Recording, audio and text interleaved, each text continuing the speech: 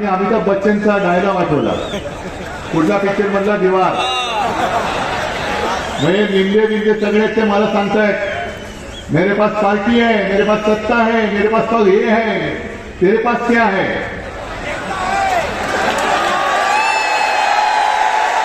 अमिताभ बच्चन जसा म्हणाला त्या पिक्चर मध्ये की मेरे पास माँ है, तसं मी सांगतोय मेरे पास ईमान है, विश्वास आहे. तुम्हाला सगळ्यांना कल्पना आहे माझ्या हातात काही नाहीये, तरी तुम्ही मला बोलवत आहे. आणि मी सुद्धा आलोय कारण मला सत्तेची पर्वा नाहीये, मला तुमच्या आयुष्याची पर्वा आहे. मला आयुष्याची तुमच्या चिंता आहे, तुमच्या कुटुंबियांची चिंता आहे. सत्ता येते आणि सत्ता जाते, गेलेली सत्ता परत येणार आहे, नक्की येणार, खेचून येणार आणि तुम्हाला मी न्याय देणार. पण एक लक्षात घ्या, ज्याचा उल्लेख सुभाष देसाईजींनी केला, संजय राऊतांनी केला, एकजूट. कारण मला आठवते 1-1.5 वर्षापूर्वी नागपूरमध्ये आपण आला होता. मला काही कल्पना नव्हती तुमच्या आंदोलनाची. आदल्या संध्याकाळी तुमचे सगळे नेते येऊन मला भेटले आणि मला म्हणाले की उद्धवजी तुम्ही आलं पाहिजे. म्हटलं येतो. मग तिकडे प्रचंड मोठे तुम्ही मोठ्या संख्येने, लाखोच्या संख्येने जमला होता, पूर्ण स्टेडियम भरून गेलं होतं. ती आपली मीटिंग झाली, तो मोर्चा झाला आणि तुमच्यापैकीच एक घटक तिकडे सटकला आणि पाणी होतं तुमच्या आंदोलनावर. हे होणार आहे. हे फाटाफुटीचं फोडाफोडीचं राजकारण जे शिवसेनेसोबत केलं ते तुमच्यासोबत सुद्धा करणार नाही असं तुम्हाला वाटतंय. आणि मग एकजूट त्यांना माहिती आहे, कारण ही एकजूट एकदा झाल्यानंतर हे सरकार तर गेलंच जमाय. यांना पेन्शन कसलं द्यायचं, यांना टेन्शन द्या, यांना टेन्शन दिलं पाहिजे. पण आज तुम्ही आमरण उपोषणाची घोषणा केली. माझं मत आहे उपोषण नका करू. आधी उपाशी आहातच. तुम्ही उपाशी राहिलात ते नाही राहिलं ते यांना काय फरक पडतोय. आपलं आंदोलन असं असलं पाहिजे की यांना सत्तेशिवाय उपाशी ठेवलं पाहिजे. कोण निर्धार करा. पण आंदोलन एकदा पेटल्यानंतर आंदोलनाची मशाल पेटल्यानंतर कोणी जर तुमच्याच पैकी इतर जे काही चमचे सरकारचे आहेत त्यांना पाणी ओतायला देऊ नका, पाणी ओतायला देऊ नका. आणि मी तुम्हाला शब्द देतो की ही तुमची योजना आपण सगळे मिळून अंमलात आणून दाखवल्याशिवाय राहायचं नाही. पण जसं तुम्ही हात वर करून सगळं सांगताय काय मागणी आहे, जुनं पेन्शन, जुनी पेन्शन, तसं मला एक वचन तुमच्याकडनं पाहिजे. देताय? मी तुम्हाला शब्द दिलेला आहे आणि हा माझा शब्द, तुमची गर्दी, तुमची ताकद. हे मिंदे आणि त्यांचे चमचे टीव्ही होते बघतायत. निवडणूक येईपर्यंत ज्यांना बहीण आहे आपल्याला हे माहिती नव्हतं त्यांनी एकदम लाडकी बहीण योजना आणली. आज समजा आज किंवा उद्याच्या कॅबिनेटमध्ये या सरकारने जुन्या पेन्शन योजनेची योजना मान्य केली तर तुमचं काय होणार आहे. तुम्ही देणार त्यांना मत नाही, कारण अशा गोष्टी होतात. मध्ये निवडणूक आहे, 2 महिने आहेत. मी तुम्हाला आज वचन देतोय की आपलं सरकार आपण सगळे मिळून आणा. मी तुमची मागणी मान्य करतो.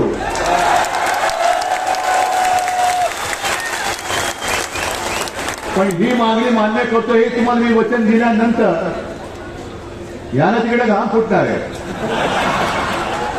आणि हे या कॅबिनेटमध्ये ही योजना मान्य केल्याचं जाहीर करतील कदाचित.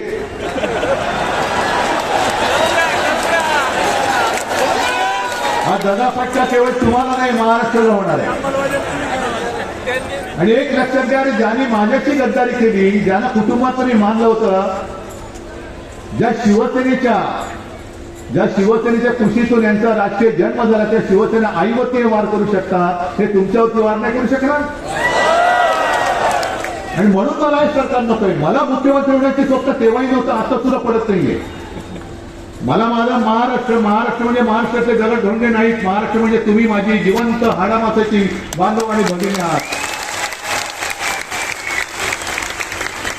आणि सुभाष देसाईंनी मगाची पेन्शन कोण किती कोणाला मिळते, आता मला किती मिळते मला नाही मिळणार आहे, अजून मी रिटायर नाही झालो आणि सत्तेतून रिटायर कोणी मला करू शकत नाही.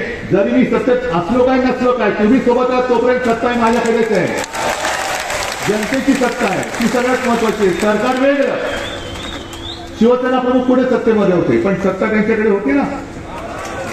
ही ताकद आहे, हे माझं सरकार, ही माझी सत्ता आहे.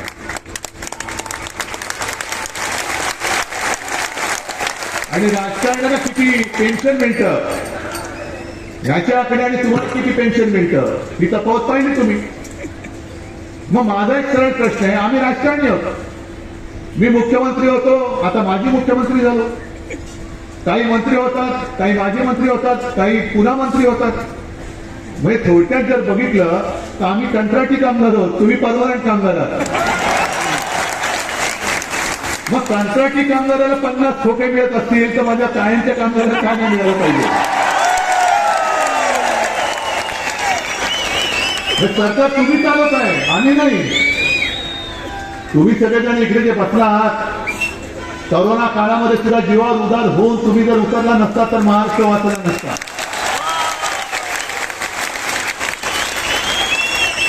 मग योजना आम्ही जाहीर करतो, पण योजना तुम्ही राबवता घराघरामध्ये जाऊन. आणि तुम्ही जर का साथ दिली नाही तरी सरकारच चालू शकत नाही, कोणतंच सरकार चालू शकत नाही. अनेक अशा योजना आहेत. फोटो कोणाचे येतात, राजकारण्यांचे येतात. आता गाडीवाल्याचे फोटो सगळे येतात. किती मुख्यमंत्री उपमुख्यमंत्री तेच कळत नाही. म्हणजे आता ती लाडकी बहीण योजना आणली, पण लाडका भाऊ कोणाला म्हणायचं तेच बहिणीला कळत नाही, कारण म्हणतो मीच तुझा भाऊ, मीच तुझा भाऊ, मीच तुझा भाऊ. हे सगळे फुकट खाऊ आहेत, पैसा जनतेचा.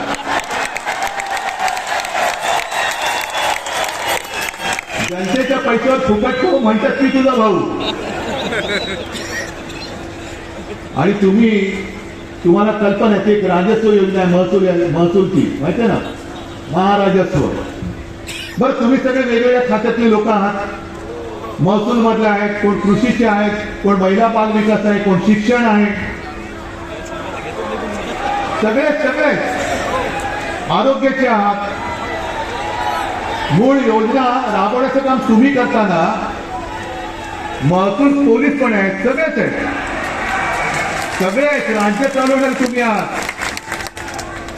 या योजना आता जे काय चाललंय खरं म्हणजे तुमचं कामच आहे ते. आणि म्हणून सरकार चालतं की दाखले देणं, भूसंपादन करणं, आरोग्याची तपासणी करणं. मग ती योजना जी होती किंवा आहे ती गुंडाळून ठेवून आता यांनी जी काही फेरत सुरू केले, सरकार आपल्या दारी, काय वेगळं त्याच्यामध्ये. जे काम तुम्ही करता त्याचं श्रेय हे घेतात उपटुंब, हे उपटुंब घेतात.